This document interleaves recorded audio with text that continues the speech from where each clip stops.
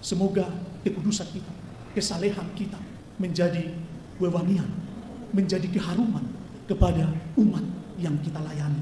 Jangan kita kotori, jangan kita najiskan kekudusan imamat kita dengan spiritualitas duniawi ini. Mari kita kembangkan wewangian itu, keharuman, kekudusan, kesalehan itu menjadi suatu kebanggaan bagi kita dan bagi umat yang kita layani.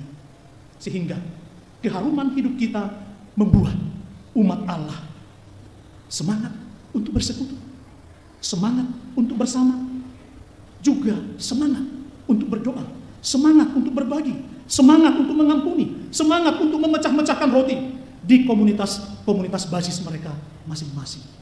Semoga Tuhan dan Roh Tuhan ada pada kita sekali lagi untuk menguduskan, untuk menyucikan kita dalam pelayanan kita.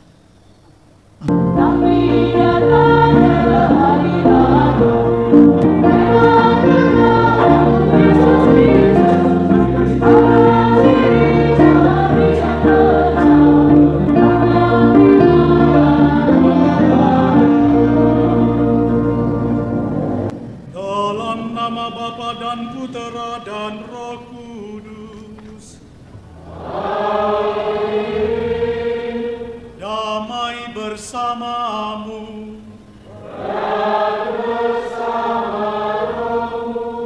Para pastor, Bapak Ibu, saudara-saudari yang terkasih, hari ini kita merayakan pemberkatan minyak-minyak yang akan digunakan untuk menguduskan, menyucikan umat Allah. Dan pada perayaan ini juga sekaligus para imam membaharui janji imamatnya. Semoga Tuhan senantiasa menuntun, memberkati kita semua, terlebih kami para imam, supaya senantiasa setia dan taat kepada gereja dan Kristus sebagai imam agung. Mari di awal perayaan Ekaristi ini kita menyadari seluruh kekurangan dan dosa-dosa kita. Para pastor yang saya kasihi, para imam, Bapak Ibu, saudara-saudari yang terkasih. Dalam suatu kesempatan, para imam yang berasal dari Meksiko yang studi di perguruan tinggi Kepausan di Vatikan mengadakan audiensi dengan Paus Fransiskus, persisnya tahun yang lalu, bulan Maret tanggal 29. Dalam audiensi itu, Paus Fransiskus sangat singkat beraudiensi dengan mereka. Paus Fransiskus menasihati dan mengingatkan para imam agar waspada dengan spiritualitas duniawi. Karena spiritualitas duniawi ini merupakan salah satu godaan terburuk dalam kehidupan manusia maupun dalam kehidupan para imam, para klerus.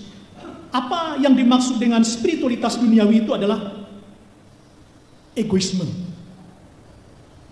konsumerisme, dan mengelak atau lari dari tanggung jawab.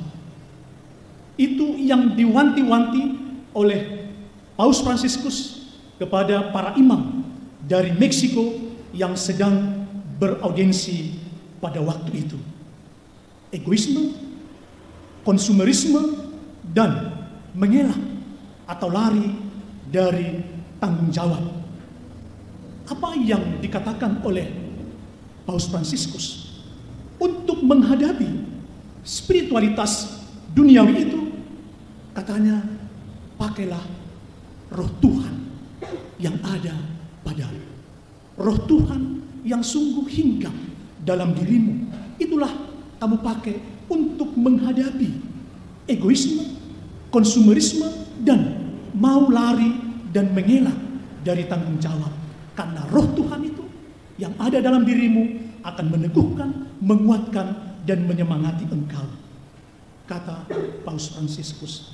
Dan lebih lanjut, kata Paus Fransiskus, maka para klerus tetap diharapkan untuk mengarahkan pandangan kepada Kristus, hamba yang menderita. Para imam diminta untuk mengkiblatkan dirinya kepada Kristus yang menderita. Kalau bahasa Pastor Theophil dalam seluruh khotbah selalu dikatakan bereng ma silami. Itulah maksudnya, memandang Kristus yang adalah hamba yang menderita. Bereng ma silami, pandanglah salib itu. Itulah nasihat dari Paus Fransiskus ketika para imam dari Meksiko mengadakan audiensi. Para imam yang terkasih dan Bapak Ibu saudara-saudari, perayaan hari ini adalah momen saat membaharui Krisma. Pembaharuan Krisma. Semua umat Allah mendapat minyak baru sebagai penerang, sebagai peneguh dan penguat dalam peziarah hidup kita menuju Allah. Misa Krisma sejatinya merupakan khusus untuk kita rayakan hari ini, sebab pada misa ini akan diberkati 3 jenis minyak yang dipakai menguduskan, menyucikan umat beriman. Minyak katekumen, minyak Krisma, dan minyak untuk orang sakit. 3 minyak ini menjadi sarana untuk menyucikan, untuk menguduskan, untuk menguatkan, meneguhkan, menggembirakan, membahagiakan umat Allah. Dalam perayaan ini juga, saudara-saudari yang terkasih, Misa Krisma menjadi manifestasi persekutuan para imam dengan uskup diosesannya dalam imamat dan pelayanan Kristus terhadap umat Allah. Maka pada misa ini kita diajak semua untuk membaharui, untuk menyegarkan, untuk mengadapting kembali janji tahbisan kita, kesetiaan kita, dan ketaatan kita terhadap Kristus dan gerejanya dalam diri uskup diosesan, serta melihat dan mengevaluasi kembali dedikasi kita terhadap Kristus dan gerejanya dalam diri umat Allah. Kesetiaan, taat kepada Allah, taat kepada Kristus, taat kepada gerejanya bukan perkara mudah, bukan perkara gampang, tetapi penuh tantangan dan berdinamika. Para imam yang terkasih, kita ditentukan, kita dipilih dan ditahbiskan menjadi imam bukanlah karena kita super, bukanlah karena kita hebat. Kita harus sadar sebagai manusia kita semua punya kerapuhan, punya keterbatasan, tidak sanggup, bahkan mungkin kita tidak layak mengemban tugas luhur ini. Memang kalau kita mengikuti kehendak dan interese pribadi kita, berat rasanya menerima tugas dan tanggung jawab ini.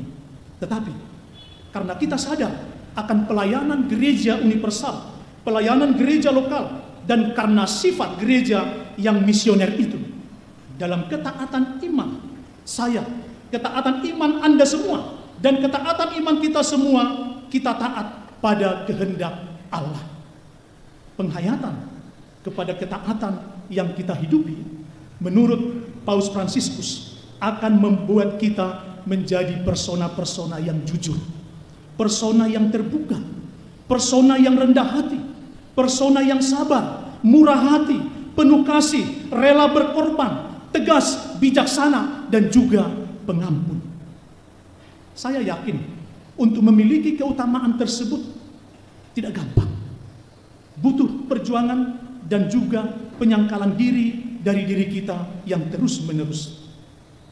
Tapi saya yakin berkat doa pribadi kita, berkat doa bersama kita, lewat devosi-devosi, lewat meditasi-meditasi, lewat ibadat harian, lewat discernment yang kita buat setiap hari, dan memuncak dalam ekaristi yang kita rayakan setiap hari, dan terus-menerus Allah akan memberikan keutamaan-keutamaan tadi. Allah tidak pernah meninggalkan kita, para imamnya, berjuang sendiri dalam pelayanan kepada umat. Para imamku yang terkasih, marilah kita merendahkan diri di hadapan Allah atas kerapuhan kita, atas ketidakmampuan kita, atas keterbatasan kita, atas ketidaklayakan kita, mari kita tetap mengandalkan Tuhan, mengandalkan kuat kuasa Allah dalam karya pelayanan kita. Tidak mengandalkan diri kita, tidak mengandalkan kekuatan kita, tidak mengandalkan pikiran kita, tapi mengandalkan Allah. Mari kita dalam karya-karya pastoral kita membawa belas kasih, membawa kerahiman Allah, membawa cinta dan pengampunan di tengah-tengah umat kita. Meskipun para pastor yang terkasih, kita kadang-kadang mengalami kesulitan, kita mengalami banyak tantangan, kita banyak mengalami penderitaan, bahkan kita sampai sakit-sakitan. Kita marah, kita jengkel, kita kadang-kadang mengalami kesepian, mencari penghiburan. Tapi yakinlah, Tuhan tetap setia. Tuhan tetap setia menemani, menguatkan, dan menghibur kita dikala kita mengalami kesepian, susah, dan menderita karena pelayanan kita. Saudara-saudari yang terkasih, berpedoman pada inti misa Krisma, kita para imam dalam kesatuan dengan Kristus dalam diri uskup diosesan, kita ingat urapan kudus yang kita terima dalam sakramen tahbisan. Kita diurapi menjadi milik Kristus, kita diurapi menjadi orang Kristus, dan kita diurapi menjadi milik Kristus. Karena itu kita hidup terarah kepada Allah dalam diri umat yang kita layani. Tuhan adalah yang membaharui kita. Tuhan adalah yang menguatkan kita, yang memperlakukan kita seperti roti. Tuhan mengambil hidup kita di tangannya. Tuhan memberkati kita, memecah-mecahkan kita, dan membagikan serta memberikan kita kepada umatnya. Kita yang sudah ditahbiskan, dikonsekrir, Tuhan membagikan kita kepada umat. Tuhan memberikan kita kepada umat. Maka tidak jarang kita mengalami seperti yang dikatakan oleh Rasul Paulus. Dalam segala hal kami ditindas, tetapi tidak terjepit. Kami kehabisan akal, namun tidak putus asa. Kami dianiaya, namun kami tidak ditinggalkan. Kami dihempaskan, namun kami tidak binasa. Karena apa? Karena roh Tuhan ada pada kita. Rekan-rekan imam, saudara-saudari yang terkasih, semoga kesucian, semoga kekudusan, semoga kesalehan hidup kita menjadi wewangian yang menyenangkan Kristus, yang menyenangkan gerejanya, yang menyenangkan rekan-rekan kolegia imamat kita, dan juga yang menggembirakan dan menyenangkan umat Allah yang kita layani. Semoga kekudusan kita, kesalehan kita menjadi wewangian, menjadi keharuman kepada umat yang kita layani. Jangan kita kotori, jangan kita najiskan kekudusan imamat kita dengan spiritualitas duniawi ini. Mari kita kembangkan wewangian itu, keharuman, kekudusan, kesalehan itu menjadi suatu kebanggaan bagi kita dan bagi umat yang kita layani. Sehingga keharuman hidup kita membuat umat Allah semangat untuk bersekutu, semangat untuk bersama, juga semangat untuk berdoa, semangat untuk berbagi, semangat untuk mengampuni, semangat untuk memecah-mecahkan roti di komunitas basis mereka masing-masing. Semoga Tuhan dan roh Tuhan ada pada kita sekali lagi untuk menguduskan, untuk menyucikan kita dalam pelayanan kita. Amin. Marilah menyatakan misteri iman kita. Setiap kali kami makan roti ini dan minum dari biara ini, wafatmu Tuhan kami katakan hingga Bapak Uskup, para pastor, para suster, frater, Bapak Ibu, saudara-saudari semua Selamat sore kepada kita semua. Pertama-tama kami mengucapkan terima kasih banyak kepada Yang Mulia Bapak Uskup Monsinyur Fransiskus Sinaga yang telah memimpin perayaan Ekaristi Kudus ini, memperbaharui janji imamat para imam di Keuskupan ini, juga memberkati minyak-minyak yang akan digunakan oleh para imam dalam pelayanannya. Semoga lewat perayaan hari ini kita para imam semua memperoleh rahmat baru, semangat baru dalam pelayanan di hari-hari yang akan datang, secara khusus 1 tahun yang akan datang, karena 1 tahun kemudian kita akan baharui lagi di tempat ini. Dan semoga dengan minyak-minyak yang akan kita terima dalam pelayanan ini, imam-imam kita juga semakin berminyak, semakin bercahaya, berseri-seri, bersukacita dalam pelayanannya di tempatnya masing-masing. Amin. Baik, yang kedua, terima kasih juga kepada para pastor kami yang telah hadir dalam perayaan ini, juga kepada para seksi liturgi, para petugas semua, para suster, para postulan dari Mela, para pemain musik yang telah berpartisipasi aktif dalam perayaan Ekaristi ini, juga kepada seksi dekorasi semua yang ambil bagian baik dalam perayaan dalam gereja ini maupun di luar gereja, dan juga kepada Bapak Ibu sekalian, utusan-utusan dari KBG, juga dari kelompok-kelompok kategorial yang telah hadir bersama mendoakan kami para imam di Keuskupan ini dalam perayaan Ekaristi Kudus ini. Yang kedua, kita selesaikan semua di tempat ini untuk sambutan singkatnya. Nanti kita semua setelah perayaan Ekaristi ini kita diundang untuk mengikuti perjamuan makan bersama di komunitas Hati Kudus, Susteran SCMM di depan. Yang berikut sepatah kata dan harapan yang mewakili umat dan juga kaum biarawan biarawati. Pertama kami persilakan kepada yang mewakili umat, Bapak Korhanger dari Stasi Santo Ignatius Loyola Ketapang. Dipersilakan. Shalom. Salam. Baca Ebene. Baca Ebene. Selamat sore, salam sejahtera untuk kita semua. Yang sama-sama kita muliakan Bapak Uskup yang telah memimpin perayaan Ekaristi Misa pada saat ini. Yang kami hormati semua para pastor, yang kami hormati suster, juga seluruh umat yang ada hadir pada saat ini mewakili stasi dan juga lingkungan KBG. Pertama-tama mari kita sampaikan puji syukur kehadiran Tuhan Yang Maha Kuasa atas limpahan berkatnya perayaan Ekaristi ini bisa berjalan dengan baik dan penuh kekudusan.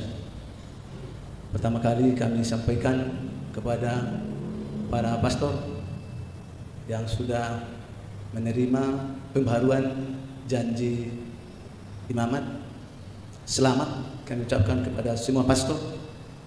Semoga pelayanannya semakin meningkat ke depan untuk melayani kami dimanapun kami berada.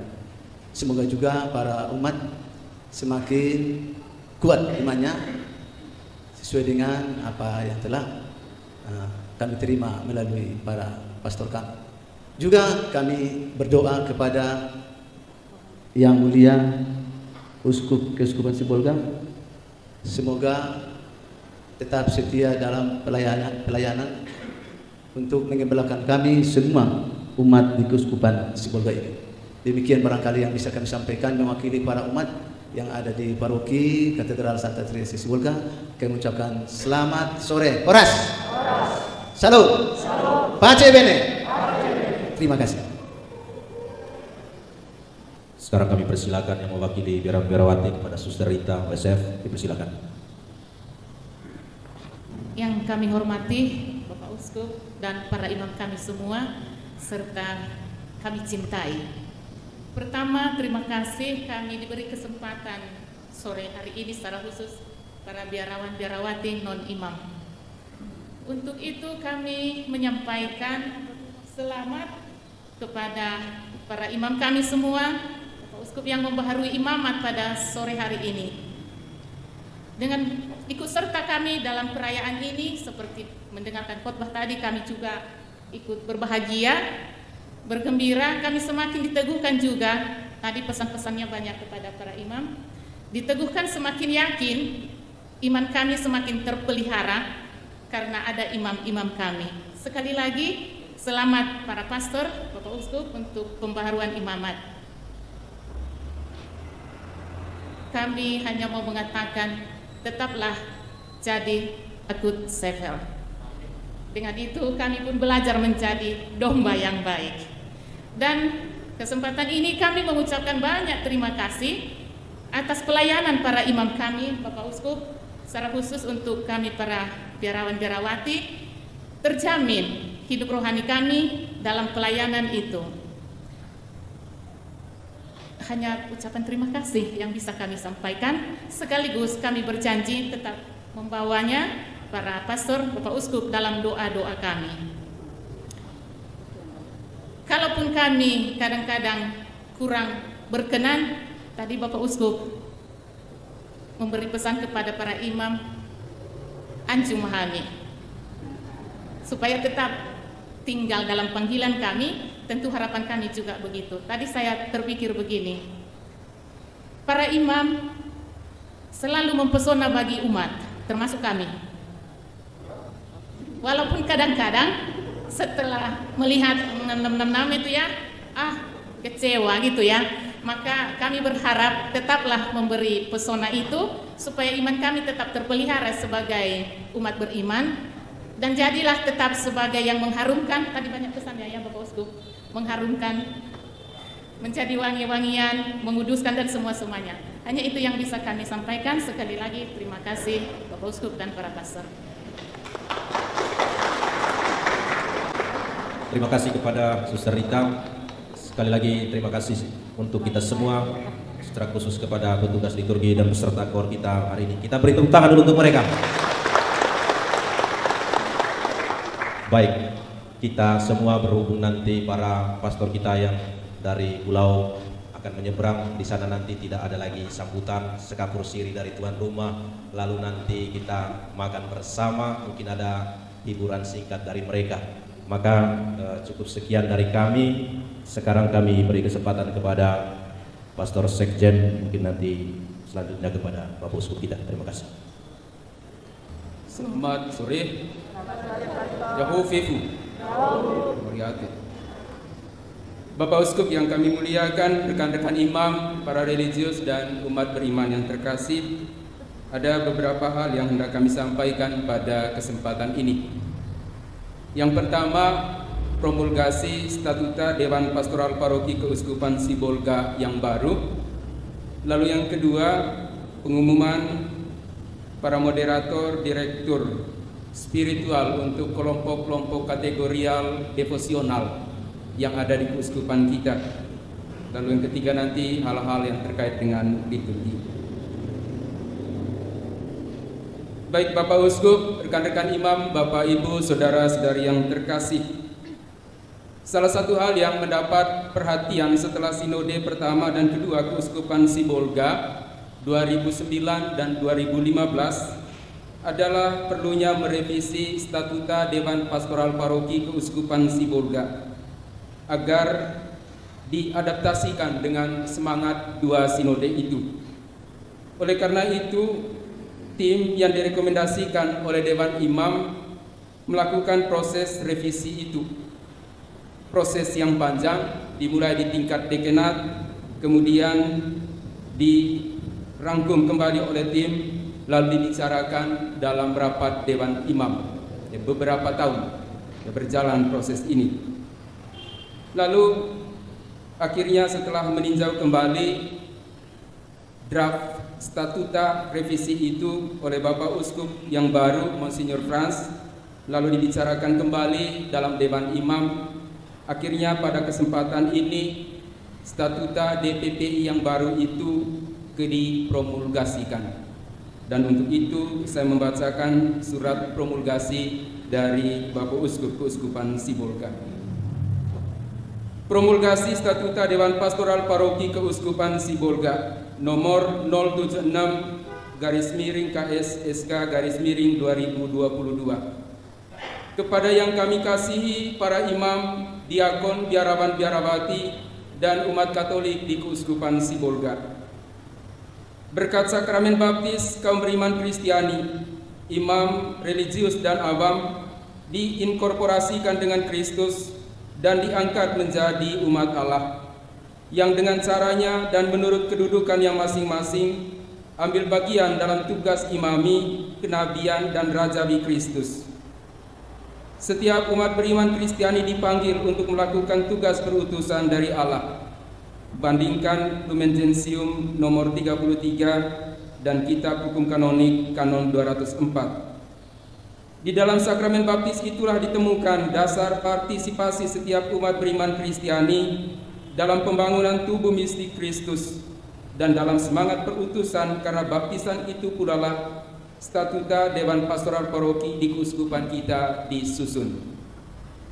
Oleh karena itu kita pantas mengenang dengan penuh hormat Monsinyur Anicetus Bongsu Sinaga OFM Kap, yang pada masa kegembalaannya sebagai uskup keuskupan Sibolga telah mengeluarkan statuta Dewan Pastoral Paroki Keuskupan Sibolga, yang setelah menjalani masa percobaan lebih kurang 7 tahun lalu disempurnakan beberapa kali, dan akhirnya sejak 1 Juli 1994 pada Pesta Tubuh dan Darah Mulia disahkan berlaku tetap.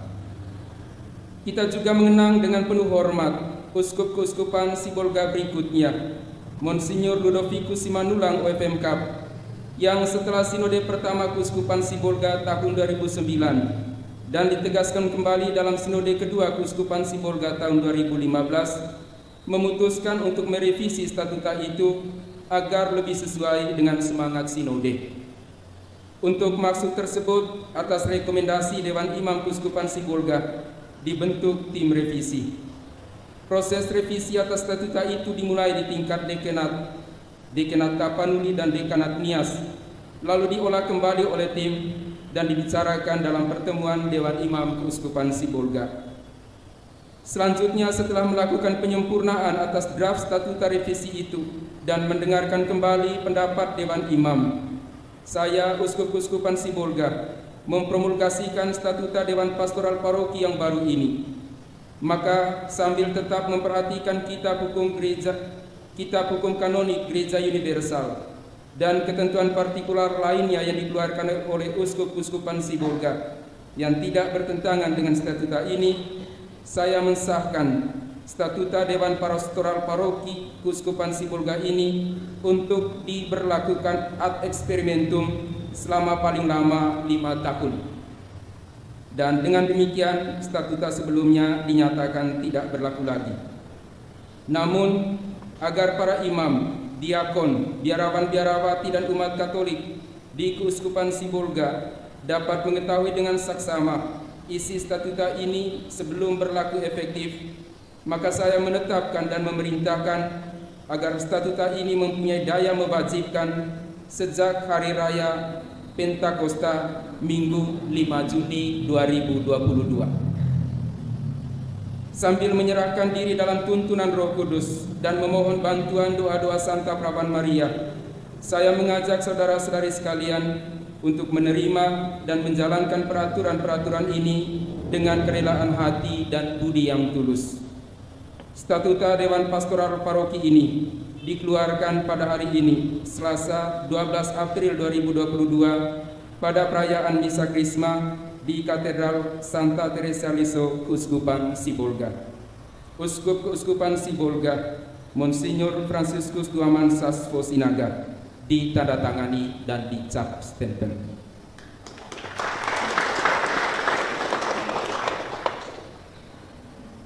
Lalu sebagai perwakilan dari para imam, kaum religius dan umat beriman, serta Kobilem, Komisi Biro dan Lembaga Keuskupan, pada kesempatan ini Bapak Uskup akan menyerahkan statuta ini masing-masing 1 eksemplar.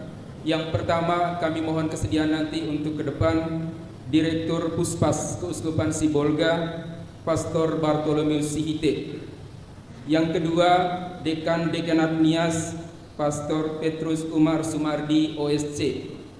Dan yang ketiga, Dekan Dekanat Tapanuli Amada Robert Simatupang PR. Kami persilakan mereka ke depan untuk menerima statuta itu dari Bapak Uskup.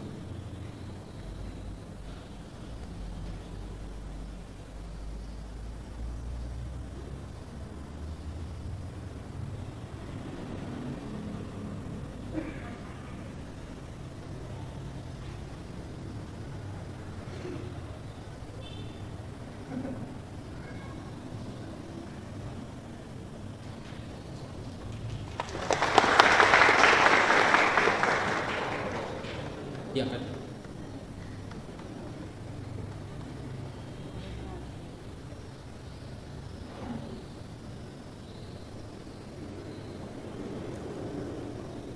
Terima kasih banyak kepada Bapak Uskup, para dekan dan Direktur Puspas Keuskupan Sibolga.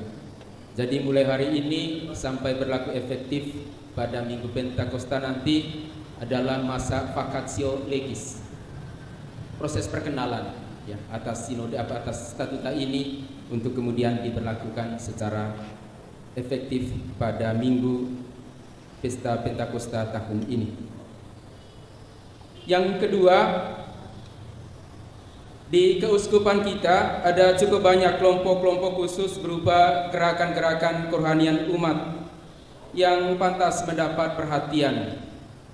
Untuk itu, Bapak Uskup memandang perlu untuk mengangkat imam sebagai moderator dan atau direktur spiritual untuk kelompok-kelompok kategorial devosional ini agar bisa berkembang sesuai dengan kehendak Allah dan sesuai dengan harapan gereja. Maka telah diangkat orang-orang yang menjadi moderator baik secara umum di tingkat keuskupan maupun untuk moderator dari masing-masing kelompok ini.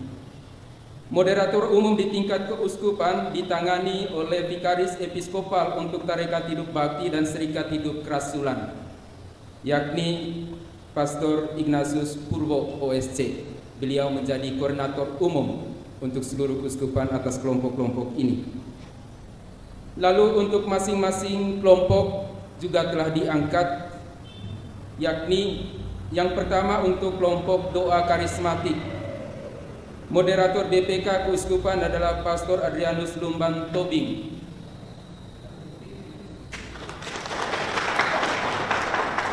Beliau Vikaris Paroki di Pandan. Dan ko-moderator Pastor Januarius Bria OSC. Beliau Vikaris Paroki di Paroki Salib Suci Serombu dan Rektor Domus OSC di sana. Kelompok Legio Maria, moderator Pastor Emmanuel Molebay, kecil orangnya, mohon berdiri.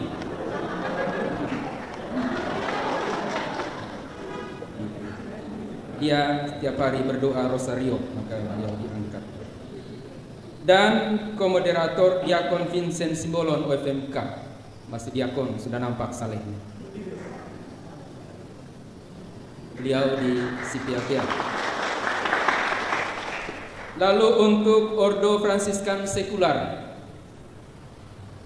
moderator adalah Pastor Paskalis Pasaribu OFMK, sementara beliau di Australia. Nanti Juni kembali dan dia bilang siap melaksanakan ini. Lalu komoderator adalah Pastor Dionysius Laia OFM Cup. Jadi untuk OFS di beberapa paroki hidup dengan baik kelompok doa ini. Yang berikut adalah Kerahiman Ilahi. Direktur spiritual untuk keuskupan adalah Pastor Nikolaus Sitanggam OFM Cup.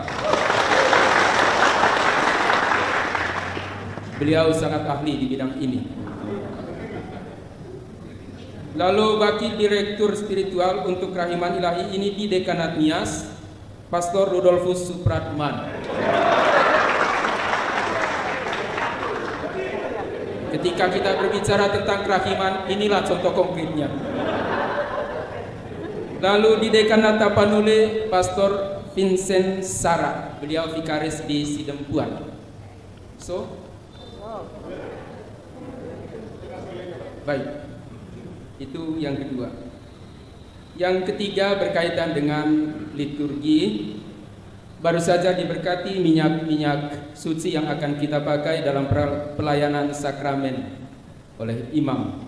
Maka minyak-minyak lama tidak usah dipakai lagi, kita pakai yang ini.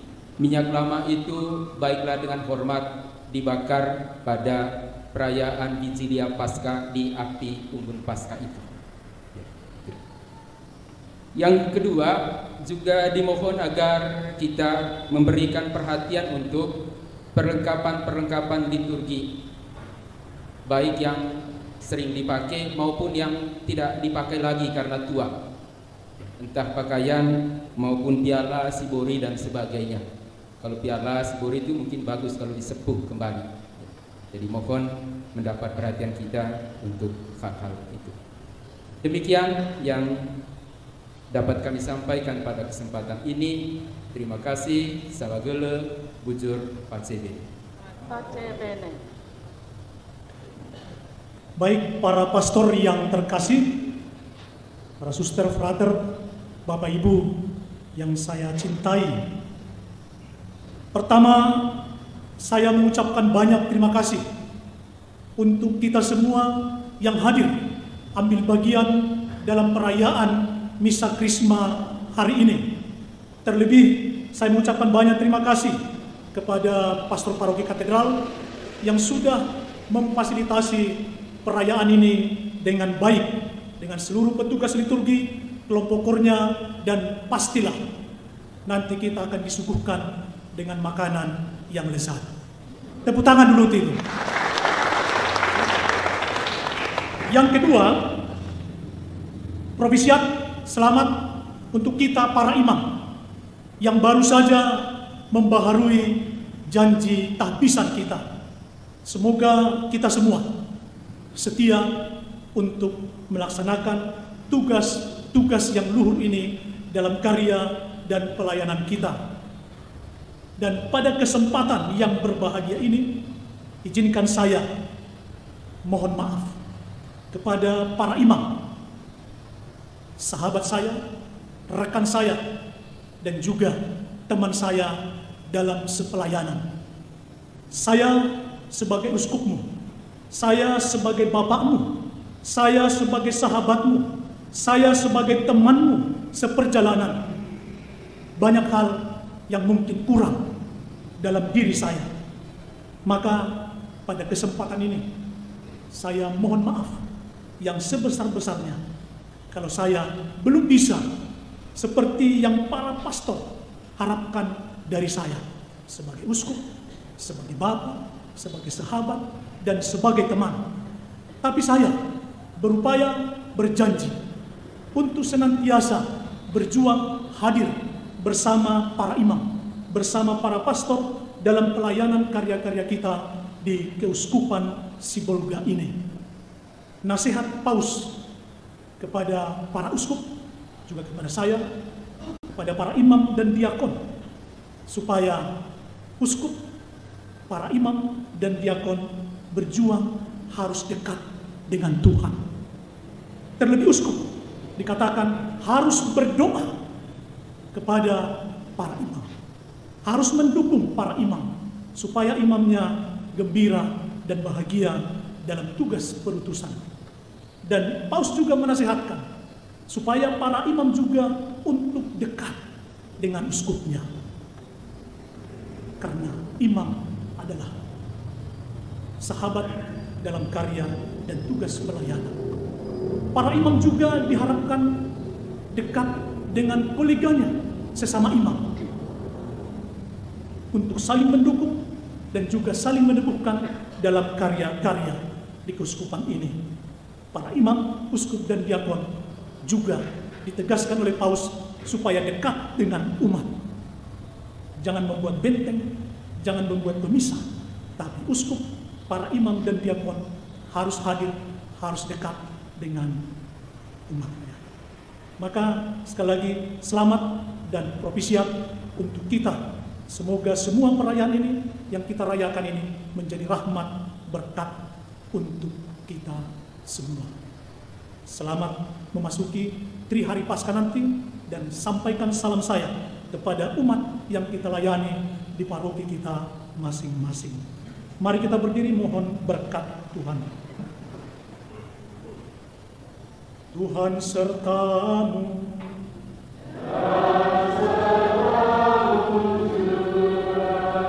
Semoga saudara-saudari sekalian diberkati oleh Allah yang Maha Kuasa, Bapa dan Putera dan Roh Kudus. Amin. Amin. Amin. Saudara-saudari sekalian, pergilah dalam damai sambil memuliakan Tuhan dengan hidupmu. Syukur kepada Allah.